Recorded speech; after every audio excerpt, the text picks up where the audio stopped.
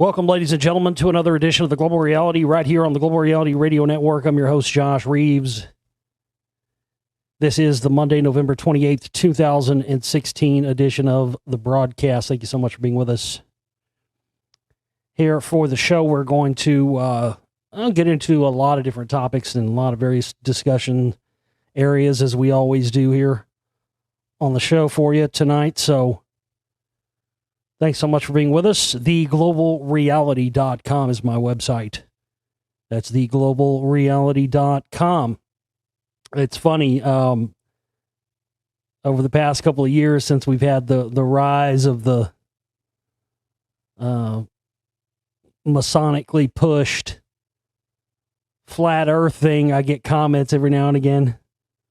Oh, you need to change your name because it's not a global reality. Well, number one, I started this show and had the name and everything before any of that flat earth bullshit was going around and stuff. And so I mean, 100%, I've said this once, I say it again. It's not even about the argument of, even the argument of whether it's true or not is a part of the psychological operation of this thing. Because it's not even about who can prove what and who can prove this and who can't prove what and whatever else. It's the sources and the people who've pushed this thing, and it's 100% been a Masonic agenda for many, many years.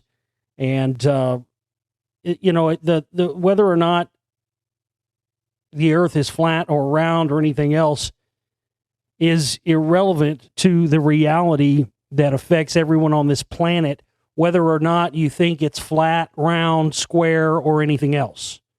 And that's what the name of my show and my work and stuff, that's where it came from, is because so much of, before I started doing my show and before I started doing my own work in this, so much of what you heard and was put out there was talked about predominantly, and in many ways it still is,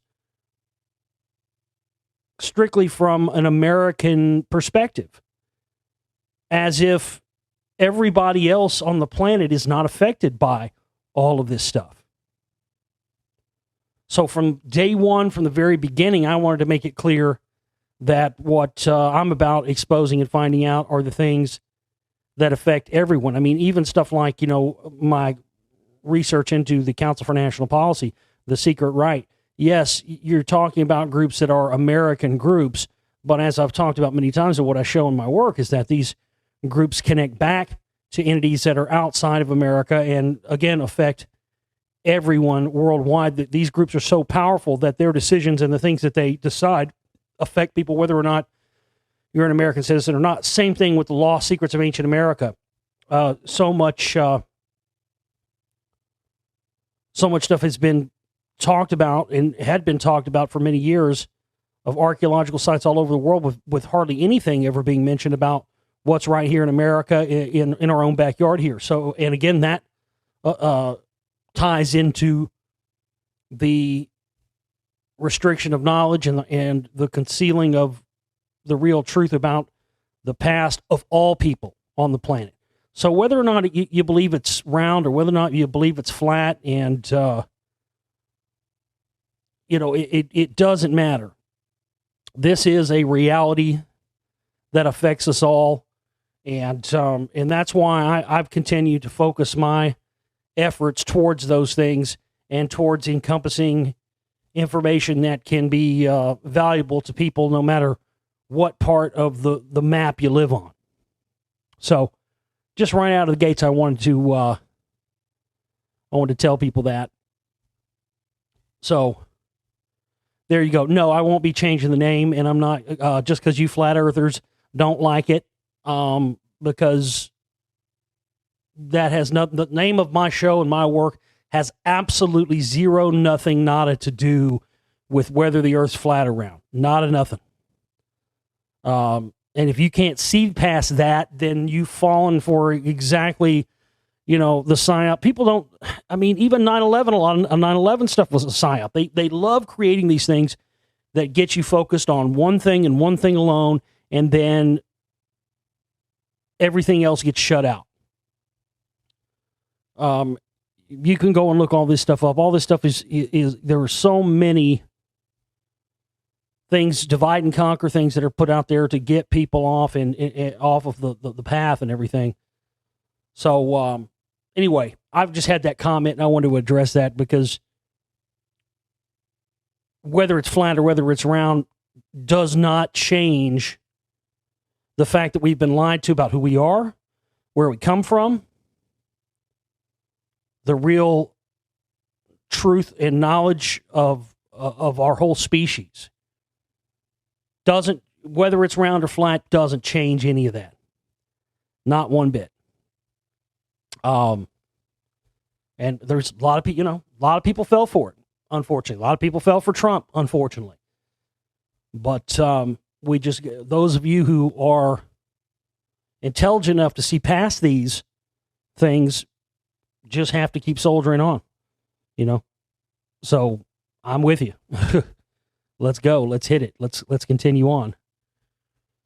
I recently did a show. We were supposed to do it last Wednesday, but he got caught in traffic, so we had to reschedule. But I just did an interview Saturday night with Richie from Boston on YouTube. Richie from Boston. You can go check out the show that I did with him over there. So if you're a listener, a new follower, new whatever it may be, from the Richie in Boston show, for my appearance over there, welcome and thank you for deciding to come over and check out the vibe over here. Now I'm gonna warn you, because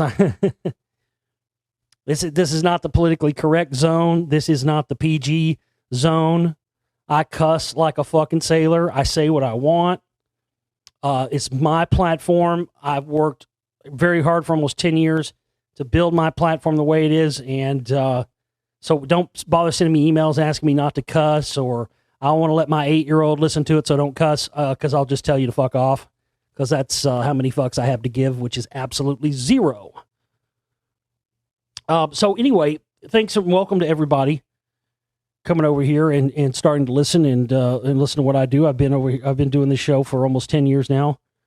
We had our 9-year anniversary back in September, so we're continuing on and with our vital important work. My newest film, which I promoted over there on Richie's show. Thanks again to Richie for having me on, and he watched the movie 3 times and has really been promoting it and getting it out there. So I really appreciate everything Richie's done and having me on. And I mentioned this before, but it is something that I don't take for granted. I mean, literally, I've gone on. I'll put it to you like this. I went on Coast to Coast AM twice with 2 different hosts, and both times, neither one of those hosts actually watched. One of them didn't actually watch the film at all. The other one watched some of it, but not very much of it. And then I go to do a 2-hour national radio interview 2 times for 2 hours. One of them was 3 hours with fucking hosts who didn't even bother watching the movie, and I sent them for free. Richie bought the movie. I didn't even send it to him for free. He bought the download himself, paid for it, watched it 3 times, and then had me on. So it's a much more enjoyable show when you get a host. I mean, that's just 101 to me. I can't even imagine that as a radio host myself. I can't imagine. I used to have guests. I used to do guests. I don't do them anymore because, well, you know why? I mean, look, if there's somebody I want to interview, I'll get them. I mean, I've never, I can't think of too many people that I've never interviewed who I would even want to interview. And most of the ones I interviewed all in the past now, I don't care for anymore. So, but I mean, when I did interview people, I was knowledgeable of their work, and they made for great shows. I mean, it's just anyway. You see these shows that are on YouTube and stuff, and the hosts conduct themselves more professionally than somebody who's sitting on a FM nationally syndicated fucking radio show, the second biggest talk show in America. I mean, it's just insane. And I think that speaks to their desire to put out quality information and stuff. I don't think they have a desire to do that at all. It's pretty clear they don't.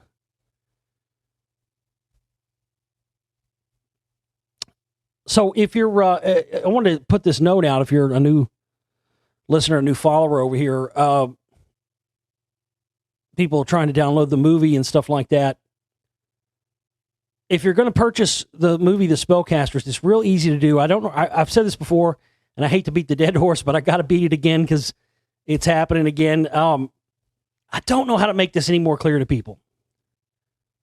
People always, I mean, literally, people have massive problems finding where to download stuff from my website, and it just boggles my mind. Because I'm going to my website right now. Boom, there it is. The first thing my eyes, besides the header at the top of the page, it says Global Reality with Josh Reeves. The first thing that takes my eyes, and right there is this green lettering that says the Global Reality Shop. And it says purchase all of Josh Reeves' available documentaries. All of them are available. You heard me on, Freeman, or you heard me on, Richie from Boston, whatever it may be. You heard me talk about this documentary. You heard Richie say that he bought it and watched it. And yet, you still can't find, when you go to my website, you still can't find where to buy it. And then we got other people that are going to the pre-order for the DVDs and Blu-rays, and there's still an option on there because we had it up, since before the movie was done. So we had the ability for people to pre-order or download or whatever. And the thing is, if you go and do that, it's fine. You can buy another pre-order if you want. That's not a problem. But you got to understand, when you do it that way, it's not instantaneous. I have to go in and manually send that. So, there are 6 or 7 hours in a day where, believe it or not, I know people find this very hard to believe when I tell them this, but believe it or not, Josh Reeves actually sleeps. I know, it's shocking. Shocking. I am actually human. I'm not a robotic information gathering machine like a lot of people think I am. I do require food and love and shelter and those things that everybody requires, but somehow I'm supposed to not require those things. Literally, people act like that. It's crazy. Yeah, man, I do have to say, so if you may order the pre-order of the download thing and, I didn't get my link. And then people are thinking, it's a ripoff. I didn't get my link. Well, again, even when you go click into where the pre-order thing is, there it is again, right? It pops up right again above it. Like if you missed it the first time, even if you forgo it the first time and went to where the pre-order thing is, boom, there it is again, right above. Purchase all of Josh Reeves' available documentaries. Click that one click, boom, first thing comes up, right in the middle of it is a big fucking purple thing that says Spellcasters. So there you go, for people who have emailed me and said, because Richie did a great job, probably better than, I would say better than any other, just straight me at point blank, better than any other host at making it readily available, letting people know, making it obvious where people could go to buy it. He didn't, that's a big problem, honestly. That's a big problem. A lot of times I go on these shows, man, and they give me like zero time to even let people know. They won't even, say, oh, well, hey, go to his website. They're going to give me zero time until the very, very end to tell people where to go buy the film at, so people are like, oh, well, I don't even know where to get it at. So Richie actually made the effort to show people, make it obvious to people where it was, and people still had problems finding it. But you want to go in that download shop. If you want to go in there because there's all kinds of other great stuff in there that you might be interested in to buy and download. Not just the Spellcasters. Secret Messages 1 and 2, the complete film. That was a mini film that's like an hour, 20 minutes. I put out the first of the year. 4-pack of Manly P. Hall audiobooks that I read and discern and dissect for you. Our History of Atlantis, internal secret society documentation on Atlantis, a very rare book that is not in PDF form. You won't find anywhere. That's a great one. Atlantis and the Giants. All kinds of stuff in our Global Reality Download Shop, so be sure and go there and check it out. Also, for you new listeners and new people that are coming on, All of our work here is absolutely 100% funded by you, the listener. We are publicly supported and funded here. We don't get any outside funding from outside sources. We don't have sponsors and advertisers. We do not make you sit through advertising and sponsors and dick pill ads and Jugold advertising. And I don't try to sell snake oil, Jugold, dick pills, enchilada, fear sauce, weight gain formula 5000 like Alex Jones promotes now. Have you guys seen this shit? It's fucking hilarious, dude. I couldn't believe it when I saw it. It was like here's the before and after shit. Just made me laugh my ass off. Like, here's the before. Here's Jones before. Pale, white, flabby. And then 45 days later, same weight, maybe a little bit more bulk to him, maybe a little fatter actually, a little bit fatter, but totally fucking tan, like he fell asleep under a goddamn tanning bed. Oh my God, man. I mean, listen, folks, it's pretty crystal clear that anybody's trying to sell you that kind of stuff like that, you know. So no, I don't get into all that stuff here. But we do require that our listeners make contributions to our work and get subscriptions, stuff like that, so that we can pay our minimum operating costs every month. And this is our fundraising week, by the way. So we need to reach our operating cost goal by 5 p.m., no later than 5 p.m. on this Thursday. And we have a special deal going on. You can hit the subscribe button. If you go to my website, theglobalreality.com, there's a subscribe button there. If you hit that, you can go in and get yourself a membership, subscription to the archives. You can get the bi-monthly. It's better just to buy, like, you know, a year membership or something like that. Or we also have a lifetime membership you can get for $500 that you'll get the archives. There's 3 or 4 years back worth of archives there, and then we have links to a lot more free archives and stuff as well at my website. But we've got a special deal going on right now for our fundraising week. Everybody that contributes $100 at my website, theglobalreality.com, either by using the donate button where you can use a credit card or a debit card, or by using the banner for our November operating cost banner, which you'll see on the right-hand side of the page. Everybody that contributes $100 by 5 p.m. Central Standard Time on Thursday will receive a lifetime membership to our archives and any 3 downloads you would like from the download shop. That's our little late Black Friday, you know, special deal. We didn't have any of that stuff going this year. We have a lot of sales and stuff going on over at Let There Be Rocks, though, which is my little gem mineral crystal business and stuff where I sell that kind of stuff. If you're interested in gems, minerals, crystals, metaphysical crystals, any stuff like that, jewelry, rings, specimens, we've got it. If we don't got it, we can get it. So go check us out on Facebook, Let There Be Rocks. And we've got links to that up on our Global Reality Facebook page as well. So definitely get in on that deal, man. $100. I mean, we charge, it's $80, I think, for a year. So you'll be able to get a lifetime membership and not have to worry about getting the shows. And, you know, because we only put some full shows on YouTube and other partial shows. But if you want to get the shows as soon as they are up and as soon as they're done, because it takes, you know, probably it's a good 10 or 12 hours after minimum, sometimes longer than that, for there to be anything on YouTube after the show's recorded. So if you want to get the show first and hear it before anybody else and stay complete, we're also going to be adding stuff to the free existing archives, video stuff as well. We'll be adding some free video stuff in there. We'll have links in the, sometimes we do it, sometimes we don't. We just kind of just started this over the past couple of months because we just got into a new studio because we lost our old place, and it was really touch and go whether or not we were going to be able to continue there for a while. So,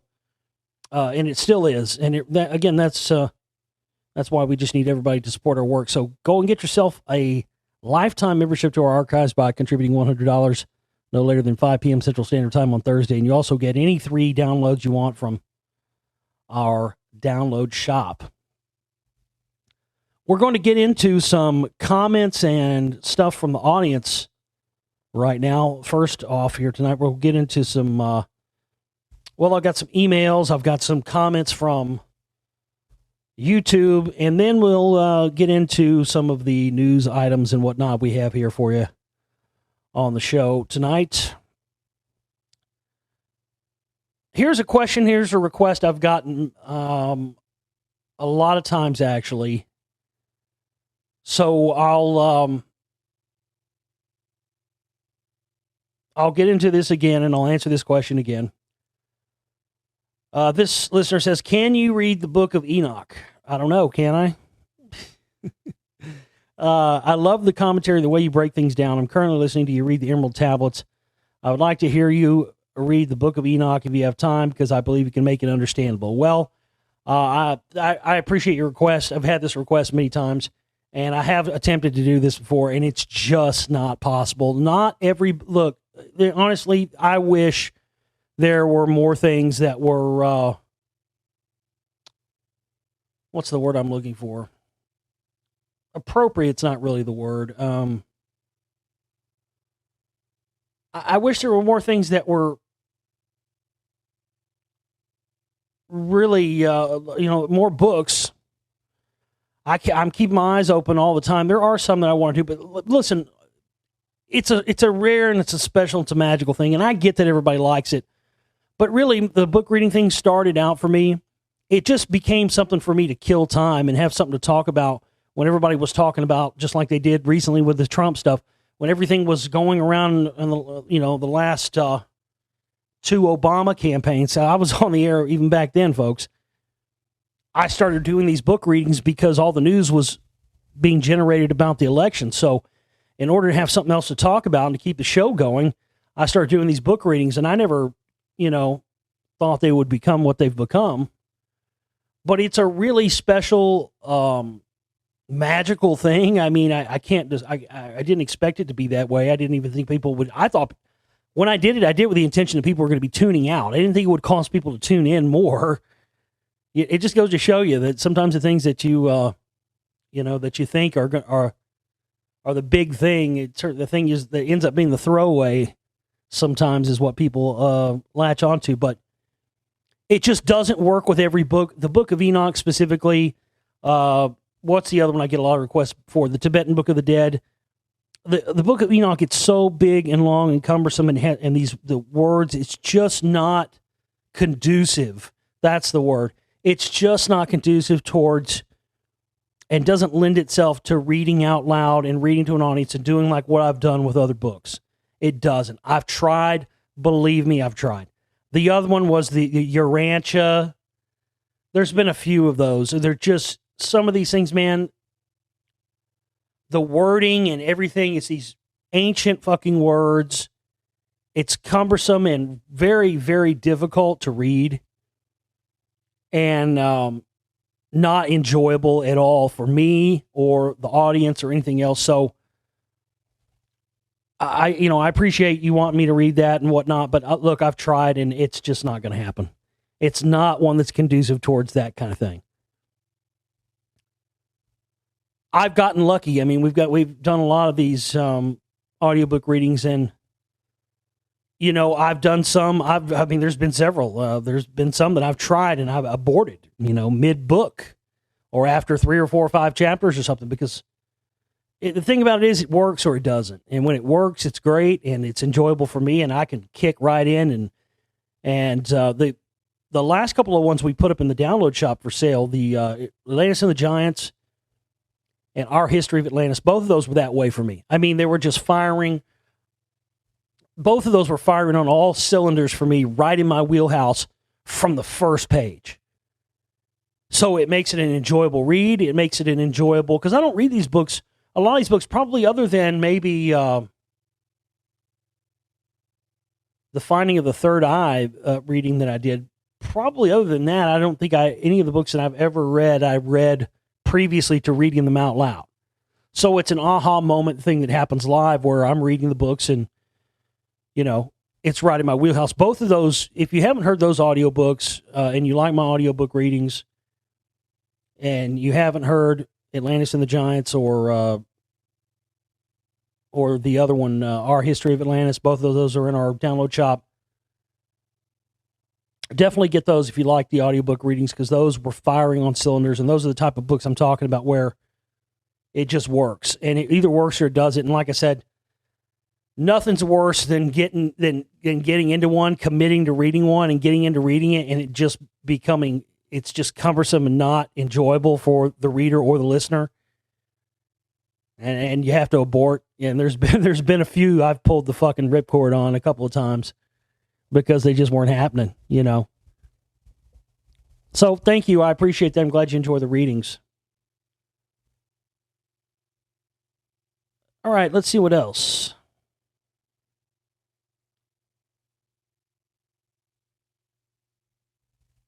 I'm going through my stack here, so be patient with me as I look and see.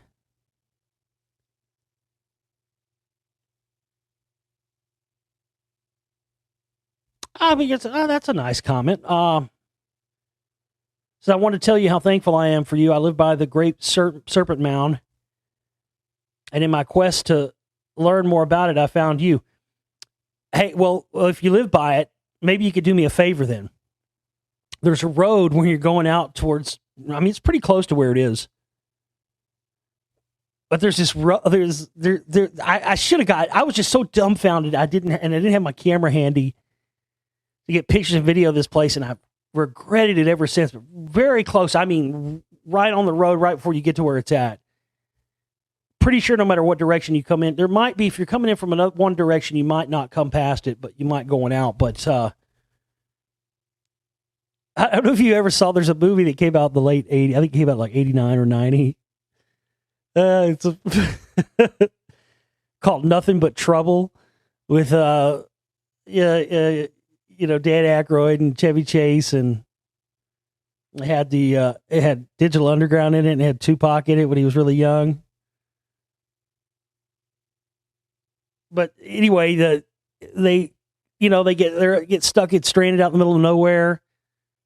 Dan Aykroyd's this old guy, the judge. He's got this big, crazy fucking house, and you've got the bone stripper ride. He sends people in, it kills them. And there's this house, man, you go right past it before you're going into the Serpent Mound. And I swear to you, man, me and my crew were like, holy shit, nothing but trouble.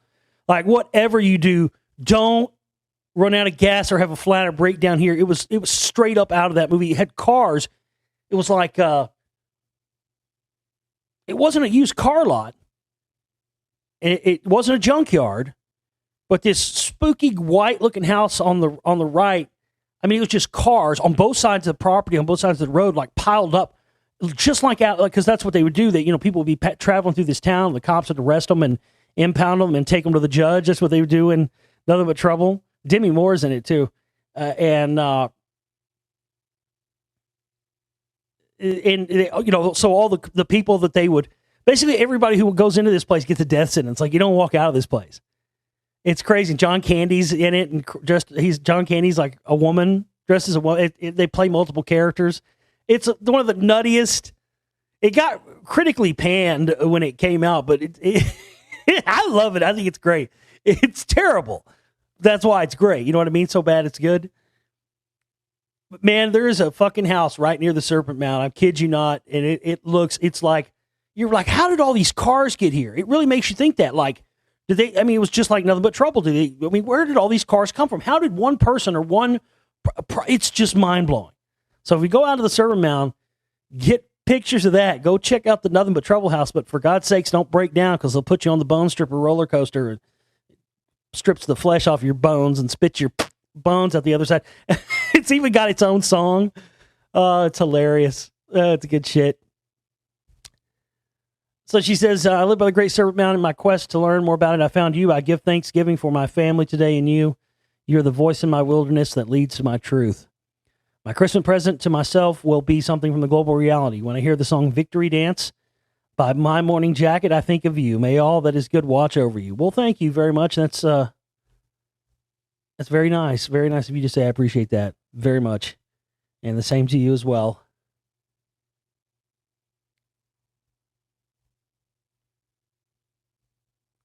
Let's see, what else?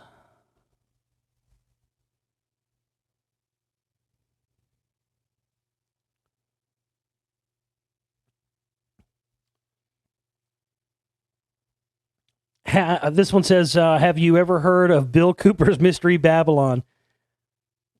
Yeah, of course I have. Any thought on Bill Cooper at all? Thanks. And then this same person says, in another email, hello again. I was just listening to one of your older shows from back in 2008. Wow, that far back, 2008. Ugh. You were advertising an upcoming show for an interview with Jim Marrs and his book, Rise of the Fourth Reich. You mentioned that he was a friend of yours for about 15 years and no, he wasn't a friend of mine for 15 years. I never said that. I said at that point, it had been about 15 years since I had read the book that went on to be the basis for the Oliver Stone film JFK, Crossfire, that Jim Marrs wrote. And how he'd help you wake up a lot to a lot of the stuff that you talk about now. Yeah, absolutely true. I mean, I have I've never disguised that fact, or most everybody, well, maybe not people who are new to me, but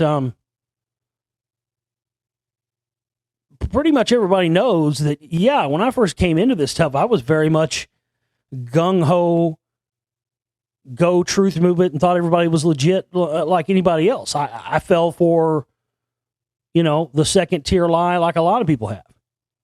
But that's what my platform, my show, and all this stuff has all been about, is this continuing progression of, waking up to this, finding this out. Yeah, I mean, it's tough to have to come to the realization that all the people you idolize, all the people that were your heroes, and all the people that made you want to do what you do are, in fact, a part of the very thing that you're opposing. Yeah, I mean, it sucks.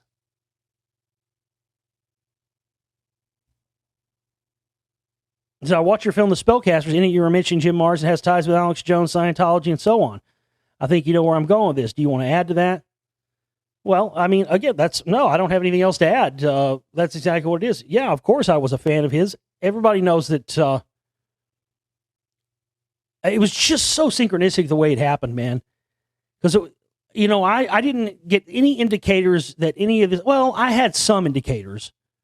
I had some suspicions. I was trying to get to this point on Richie's show, and I didn't get to this point. But I'll tell you, even when I had no evidence to back it up, when I first started becoming suspicious about the whole thing, even before I found out about the Council for National Policy, had my own show, made a film or anything, when I listened to Alex Jones and liked Jim Marrs, I did start to have suspicions around 2003, 2004, somewhere in there, because I started to see what started out really as stuff like, UFOs and conspiracies and all this stuff. I started noticing that all the commercials on all the radio shows and all the supposed truth tellers were all like, it was all like half-assed, like, Soldier of Fortune magazine ad shit. You know what I mean? Like Survival Food and Bug Out Bunker Incorporated and stuff like that. And people talking about guns and weapons regularly. That was the first indicator I had that something was rotten in Denmark, because there just had never been any need or reason to bring guns into the discussion. And then all of a sudden, that after 9/11, it's like, oh, you're a 9/11 truther, then you're also probably are a member of a militia, and you're probably a prepper and all this. And it didn't seem right. I couldn't understand how the search for truth was now being mixed and into a pot with this sort of, off the grid doomsday Soldier of Fortune magazine prepper type thing that I had known about for years, but it always seen as a separate thing. And I was starting to see the two. That was my first indicator. So, yeah, I mean, absolutely. I used to be a big supporter of all these guys. I used to think they were all legit, but I did face that choice at one point. I mean, there was a time when I first started finding out about the Council for National Policy and all this stuff that I've exposed in my films, The Secret Right, Volume 1, Volume 2, The Spellcasters. When I first found out about this stuff, again, finding out from Peter Dale Scott on my show, the first week I did shows, again, that when I first started that show, I was still all about Jim Marrs and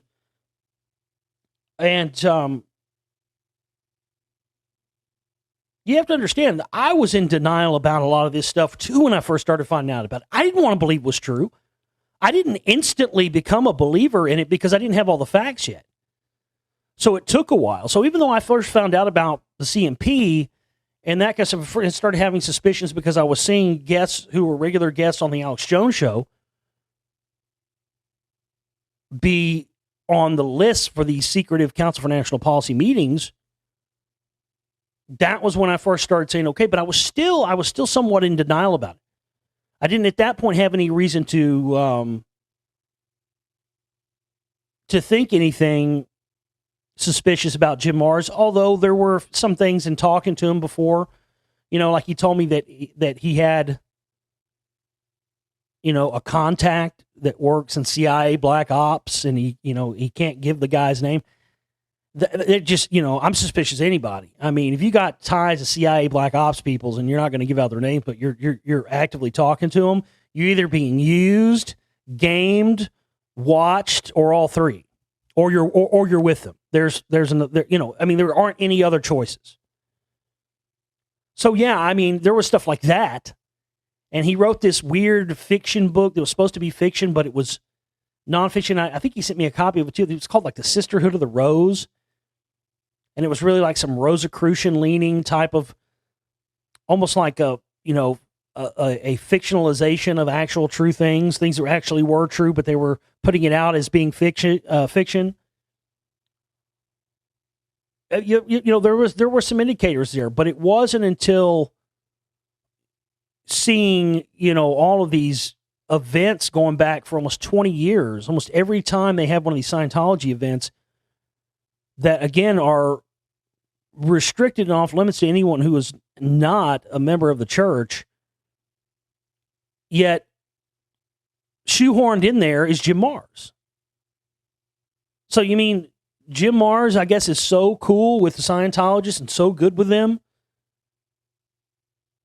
that he gets to go to their members-only parties and speak and do engagements with them, and going back 20 years, going back to like 1996, 95, maybe before that, consistently up until recently, and then he's, promoting L. Ron Hubbard and all this stuff. I mean, trust me, it's not easy, and it took me, even though I knew it to be true, I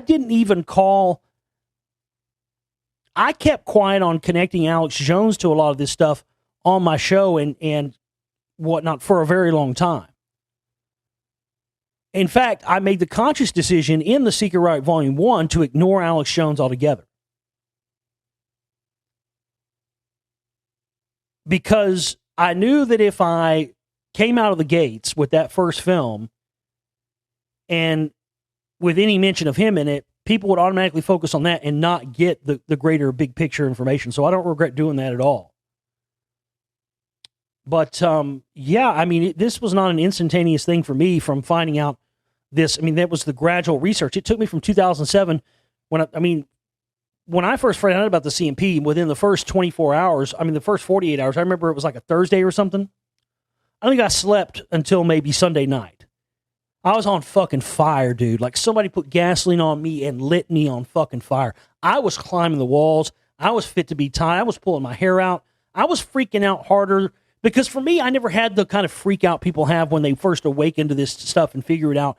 I never had that because it was a slow build through the years for me of researching stuff pretty much my whole life. So I didn't have a lot of that jarring, traumatic thing that people have when they first wake up to this stuff because it was a slow build for me.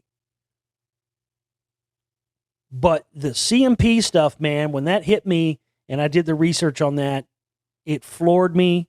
It freaked me out because I knew, even though I didn't have all the data yet, I had enough to indicate to me that me and a lot of other people bought another lie.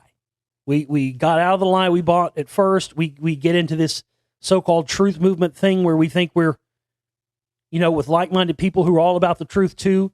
And then we, because, you always hear, Richie kind of brought this up. You always hear people saying, oh, so-and-so's this or so-and-so that, and, so-and-so's a spook and whatnot, or, much of it's not based in any kind of fact or anything. It's just people name-calling and whatnot. But this was when I started really, wait a second here. This is not, this is just some speculation here. I mean, there was a Rothschild who was a member of the Council for National Policy, for God's sake. The DuPont family, bloodlines here, people. This is real power. And CIA connected, Knights of Malta Jesuit connected out to the hilt, CFR connected. And then, of course, the connections back to all the Central European bankers. And it's just, it really is traumatic to realize again that here you are, you awaken to this one lie and then you get to another one. But as far as your other question, Bill Cooper,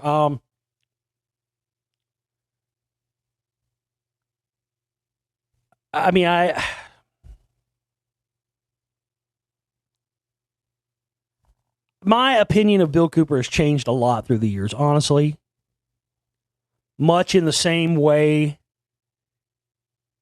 that it's changed towards other people, like for instance, Jim Mars or Alex Jones or whoever it may be. I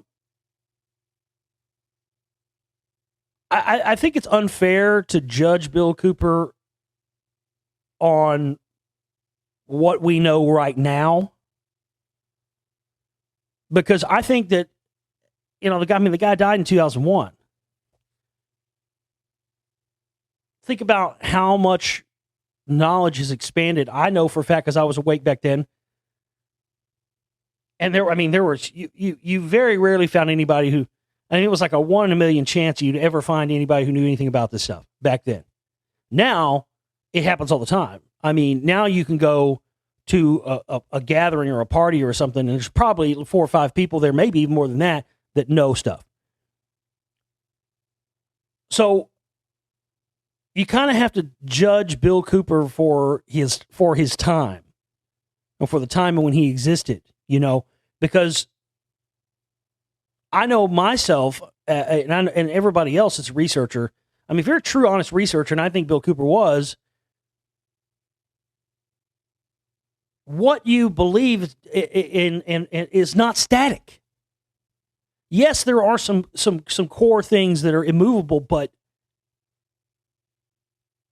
hell, stuff that I believed 3-4 years ago, 5 years ago, stuff I talked about in shows, probably going back in some of those 2008 shows that you mentioned, that I believed then or talked about, I don't believe now, because other information has come to light to me, and my continuing quest has changed that thing. So I think that's the thing with Bill Cooper is you can listen to the stuff that he's put out and the stuff that he talked about, but you have to frame it in the context of that time. When you frame it in the context of now, it's unfair to him and it's unfair to everybody and unfair to anybody you might be trying to weigh it against, because you don't know that Bill Cooper would still believe and still have the opinion about something he had. He might have changed and he might not have that same opinion if he were alive today. So, the guy was right on about a lot of stuff. He really was right on about a lot of stuff. Just like anybody, I don't agree. There was a lot of stuff that I think he was flat wrong about. But that's unfair to say that he was flat wrong about it, because he might not be wrong about it. He might have, if he was alive, he might not feel that way now. That's my whole point. So when I listen to it, that's why I think it's very difficult to have a 100% positive opinion about Bill Cooper. He, even while he was alive, he flip-flopped on the alien thing. He went from saying that, aliens were real, flip-flop saying it wasn't real. And, look, bottom line, he was worked in high-level naval military ops, ladies and gentlemen. So as much as it's not comfortable and as much as people don't want to accept it or think about the idea of it, it's very definitely possible that Bill Cooper was a part of the agenda as well. I mean, there's definitely, if you listen to a lot of stuff that he said, there is some indicators, there are things, especially the naval ops and stuff, man. There are a lot of indicators that, he might have been CIA or something like that, or working with the powers that be as well. There's a lot, but we don't know. So I think that's the thing. I mean, he did. Here's the one thing that I think is very telling. And some people would probably take this as, he just didn't like Alex Jones or something. It's more to it than that. I think I think whoever he was connected to, whatever inside that stuff Bill Cooper was connected to, it was the same stuff and same thing Alex Jones is connected to. That's what I think. I have nothing to prove that. Other than there's a few shows I listened to with Bill Cooper where he talked specifically about, he didn't talk about the Council for National Policy. I'm trying to remember what show it was. There was one show in particular where he was talking about some of the other offshoot groups that are connected to the Council for National Policy and talking about some of this stuff to a degree where it seemed like he had an inside, an inside tip on it or connection to it that he wasn't revealing. And one of the things I thought was fascinating that he said on 9/11, on the day of 9/11, Bill Cooper said, whatever you do, whatever you hear Alex Jones say about this, speaking of 9/11, whatever Alex Jones says about this, don't believe it. And he said it in the way he had it in his voice. If you listen to the way he says that, and you're familiar with the way that he emphasizes language and words in other broadcasts, he says it and has an emphasis on his voice that indicates that he's speaking from a vantage point of perspective of information that he's not willing to disclose all of right there on the show. So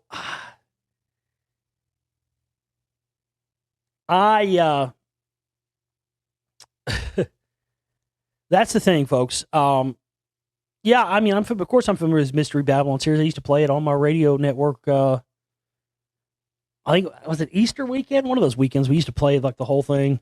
Again, there's a lot of good stuff in there that he was right on about, but there's a lot of stuff in there that he was absolutely wrong about. But he may have changed that and altered that in light of information that he didn't have access to at the time, because, even though the internet was around when Bill Cooper was alive, it was not populated with all near the information and resources that are available to us now. Not anywhere near. So I think, I think that there are a lot of stuff in Bill Cooper stuff that was good. I mean, he also exposed Art Bell as being a Freemason as well, was another one of the things that he did. But, I think there are some people who are absolutely, working for the CIA or whoever it may be, or working for some of these groups and are operatives. And I think sometimes while they're performing this, they sometimes become changed. I mean, certainly that was the case with L. Ron Hubbard.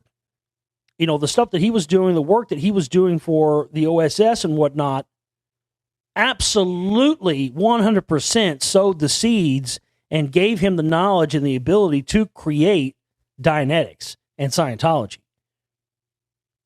And if I had to speculate with Bill Cooper, and I can't say I know of another example of this, Bill Cooper would be the only one. In my opinion, again, just an opinion. Take it with a grain of salt. You don't have to yell and cuss at me and call me a motherfucker just for having an opinion. But really, from my educated opinion and from being around this stuff for as many years as I had and looking into all the ins and outs of this and studying Bill Cooper and all the rest of this, I think Bill Cooper absolutely was working in tandem with some, probably military intelligence and those groups. But as a result of that, became a believer. And at some point, started going off the reservation of his operation, of his mission that he was given, and started exercising himself and presenting himself as the real Bill Cooper with this information processed into his person. That's what I think. I think that he started out as being an operative, which is what the military intelligence connection, naval operations, high-level operation connections of his that he has stemmed from. And I think that also stems from his 180 on aliens and whatnot, going from, talking about aliens being very real to then doing a 180 and saying, look, no, it's a psyop, this, that, and the other. I think that was the point where he flipped, where he was a part of this, being these underground people trying to convince people extraterrestrials. And I'm not saying extraterrestrials aren't real, but I'm talking about in regards to getting people, they spent 50, 60 years trying to convince us aliens were not real. And if you said they were, you were crazy. And then over the past 20 years or so, they've tried to switch that around and try to get people to believe aliens are real. This is why they've allowed shows like Ancient Aliens and whatnot to be on TV. So I think that that's absolutely what happened with Bill Cooper, and I think the evidence supports that when you look at his changing stances, the way he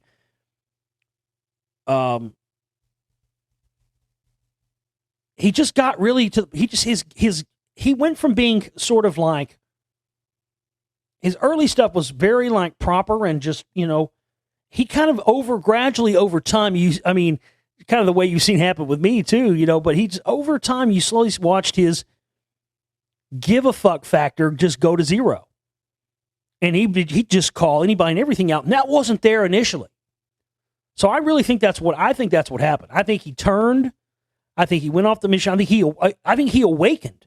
Once he was in this mission, probably to run disinformation, and that's probably what his initial thing was, is just to put out stuff, talk about aliens, just be a disinfo operative. And I think as a result of that, he actually got awakened, as any of us and all of us do when we come in contact with this information. If you come in contact with this information and you actually read it and understand it, it's hard to not be affected and enlightened by it. Kind of the opposite thing of what happened with L. Ron Hubbard, where it just made him realize what he could do for his own gain. I think that, Bill Cooper really legitimately woke up, and I think he was assassinated and killed for it. They knew he had guns. They knew they had this, that, and the other, and it was an easy way to dispose of him after he started going off the plantation. I mean, it was really just a couple of weeks after 9/11, wasn't it? I mean, it was just a short amount of time. Wasn't it within like a couple of weeks after 9/11 or a couple of days? It was a very short amount of time. I can't remember exactly, but I mean, right after he went on and said, "Don't believe anything Alex Jones says about this." Yeah, I think he started out as somebody who was supposed to be a disinformation agent. I think he woke up to it and then started doing little things that what he thought he could get away with, trying to expose some of these other people that he knew were the same type of disinformation operatives as he was. I think that's what it was. I think he knew Alex Jones was one because Alex Jones was probably in the same, maybe came out of the same, group, or was connected to the same group he was. Who knows? But you can hear it in his voice that he's speaking when he says that he's speaking from this. You could tell it's coming from an area of him. He won't really tell you exactly why you shouldn't He doesn't say why you shouldn't believe anything Alex Jones has to say about this. He just says don't in a way that is fucking deadly serious. So again, that's that to me, I think is the most interesting thing about Bill Cooper is that is just this sea change you see and the way that he that he transformed it what it was. Actually, I actually want to make it's actually a goal of mine to make an actual like an actual film, not like a documentary. I'd like to make an actual film on Bill Cooper. I think it'd be really interesting.